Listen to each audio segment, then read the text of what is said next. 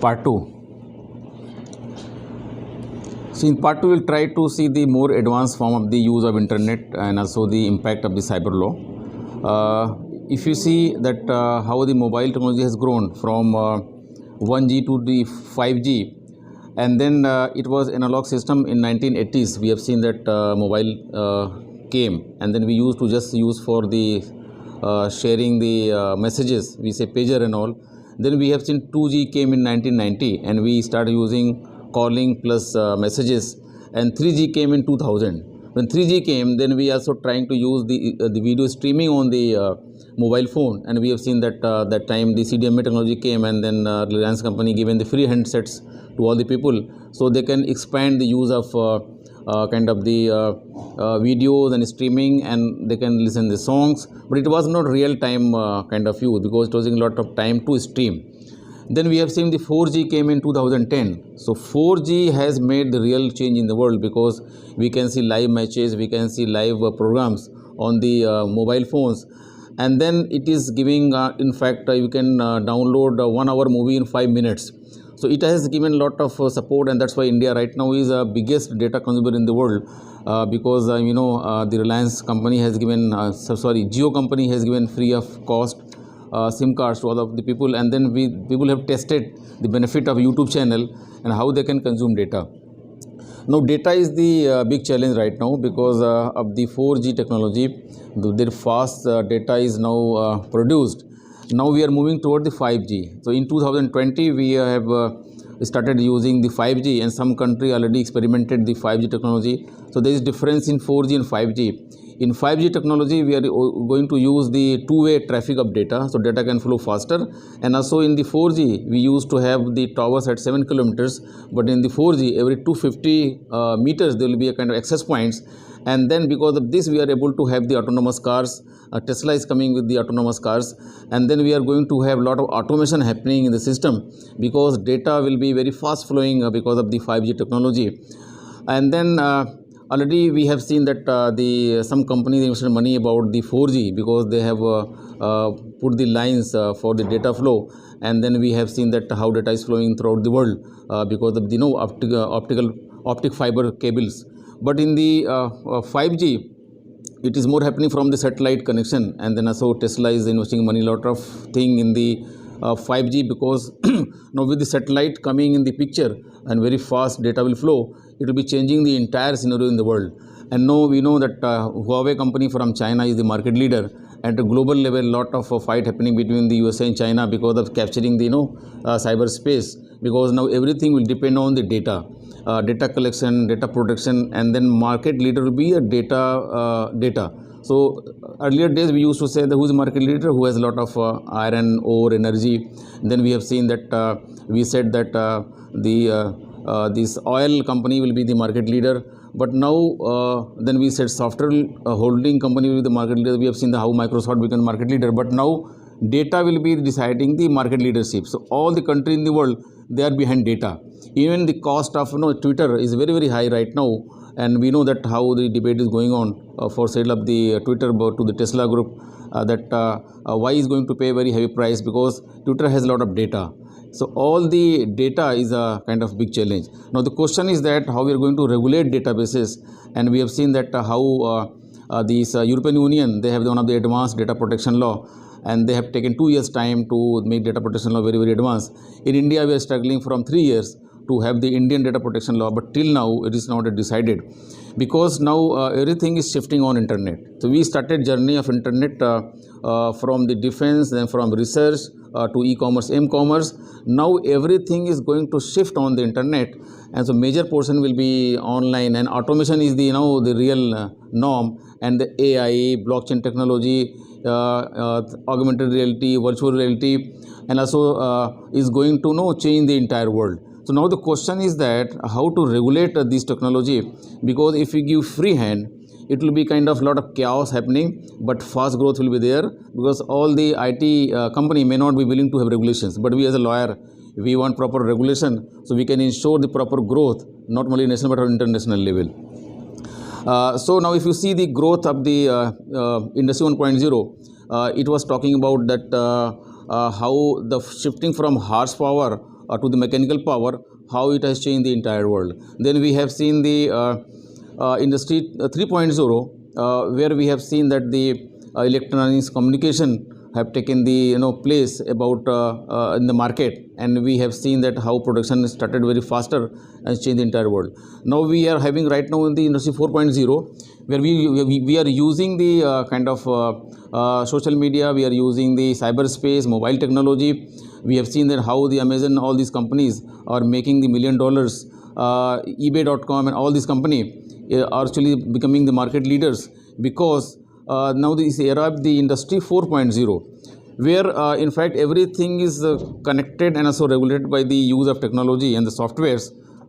And then we are going to see the industry 5.0 in 2050. Industry 4.0, now there will be no syllabus, no control. It will be kind of everybody will be deciding their own fate. So it will be individualized kind of approach will be there in the industry 5.0, because when everything is governed by the technology. And then if you see about that, how we generally talk about the clear net, it is 4%. Internet is just 4% we're talking about. Nobody talks about the 96% of the internet. That is in fact the deep net and dark net. So what we are doing right now, we are in just 4%. But we are not seeing the bigger picture, which is 96%. That is deep net, dark net. For the first time, we are able to see that the challenge on 1st October 2013, when FBI has captured the Silk Route. It was run by Mr. Ross, and he was doing a lot of drug dealing by using Silk Route, and he was using the cryptocurrency for the payment process, and it was a lot of money was used for selling the drugs, and almost all the illegal things were happening in the dark net. So what we see is the clear net 4%, then the deep net, just like the iceberg. What we see the tips of the iceberg is the kind of deep net and below that is the dark net. So deep net is about 96%. In the dark net, now everything is happening. In fact, during the pandemic, people have sold the infected the coronavirus liquid on the kind of dark net. Even you can go and buy any your parts of the body or anything you can buy within 1 hour on the dark net. So there is forum shopping happening anytime they are opening the shops, closing the shop, because there is no regulation right now about the dark net. Because dark net was based in the Tor technology, and it was somebody has developed this particular software in 2004. This software become the open source. So now anybody who knows how to do programming and all, he can create the dark net. So then also we can see that how this particular place is used for violating the privacy. We have seen the Aadhaar case that it was said that now the privacy is fundamental right. That's why we should be very careful by using our system processes, our information on the internet, and then it is creating the challenge for cyber security, because we have seen that a lot of data was captured, a lot of data of the the users of the credit cards, and also your interest, your flavor, what you do in the cyberspace can be sold to some other companies, and those company can be using this information. For example, if you go to social media and then if you write that you are going to Dubai for travel, and then next day you may get a kind of some updates that Dubai, there are a lot of hotels giving a lot of kind of discounts, and also there are a lot of tourist places giving some discounts. You can feel that I was searching for the flight tickets, why I am getting the hotel kind of the discounts. It means that somebody is tracking you, and then your information is analyzed by the AI, and those company who are actually paying indirectly to the social media groups and all, they have got your data, and now they will be seeing your flavor, and they are doing it online marketing, digital marketing they are doing. Because see, to compare, the print media marketing is very costly and digital marketing is very, very cheaper. So in fact, is a lot of business groups, they are investing money in the data analytics, and they are trying to get the data so they can do digital marketing. And in that case, you are in fact selling your private information. So if you ask my opinion, in fact, nothing is private on the internet, because whatever is going in the internet, it will always be there, and people can analyze, use this information for their business purposes.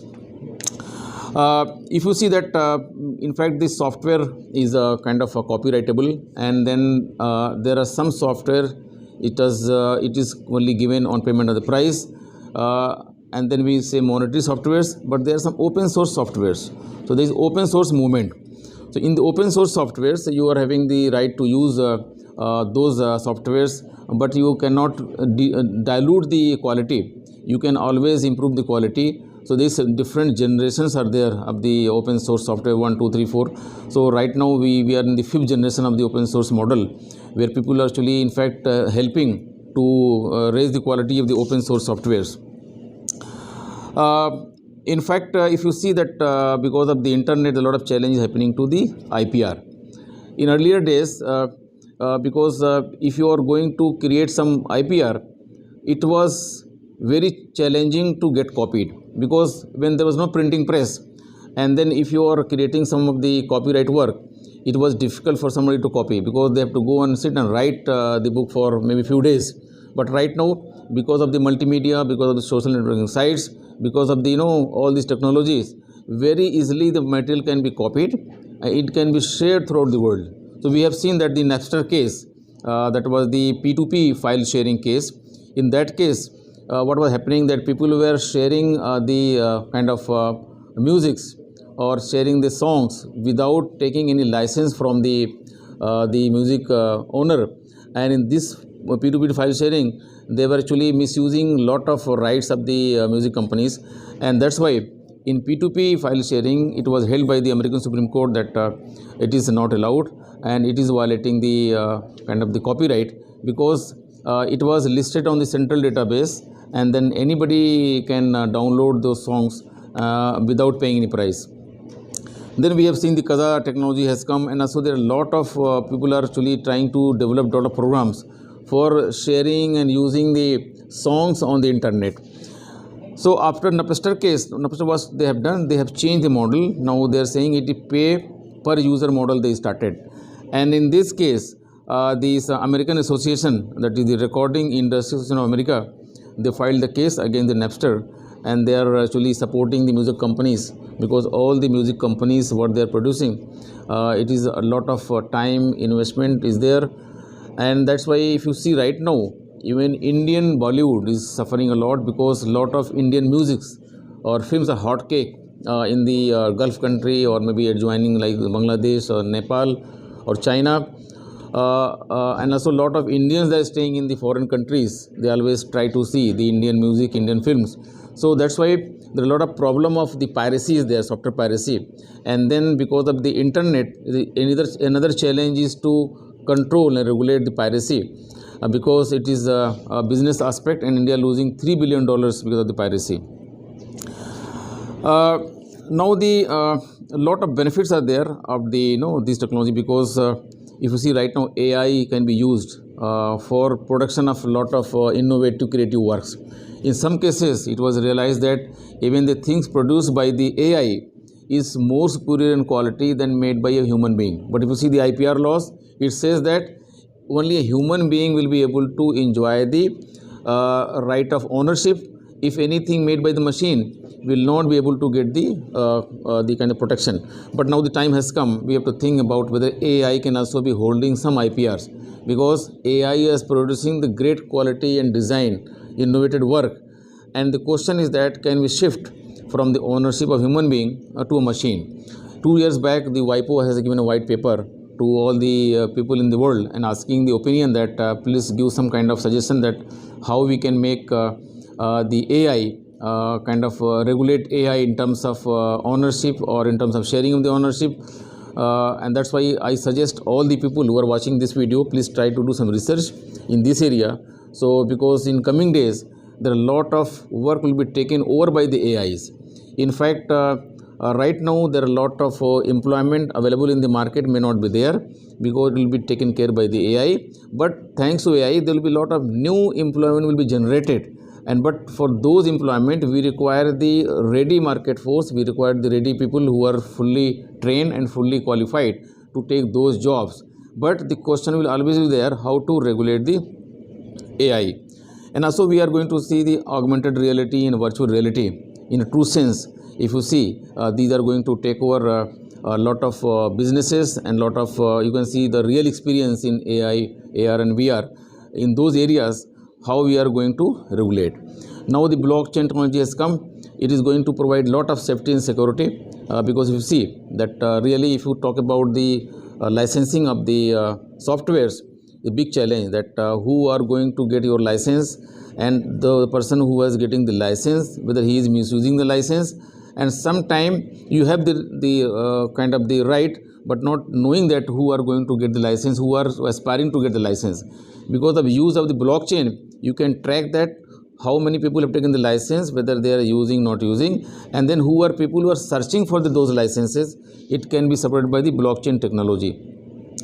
And also, if you talk about the management of the IPR offices, if you can use the blockchain, it can solve the problem very fast, because right now to get any IPR, it takes a lot of time in application process and final right allocation.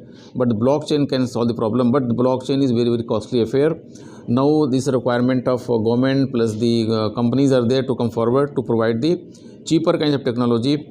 So blockchain technology can be really in use, because blockchain will be the future kind of the technology that can provide the fast, safe and secure transactions. They can ensure the kind of the privacy, ensure the security, but blockchain is costly affair. Regulation of blockchain is required at the global level. Thank you. So in the kind of part 1, I mentioned about that the how IT Act has amended certain laws. So one amendment is to Indian Evidence Act Section 65B, which is talking about the records. It says that now the records means electronic records, and electronic records are admissible evidence as per the IT Act 2000. Thank you.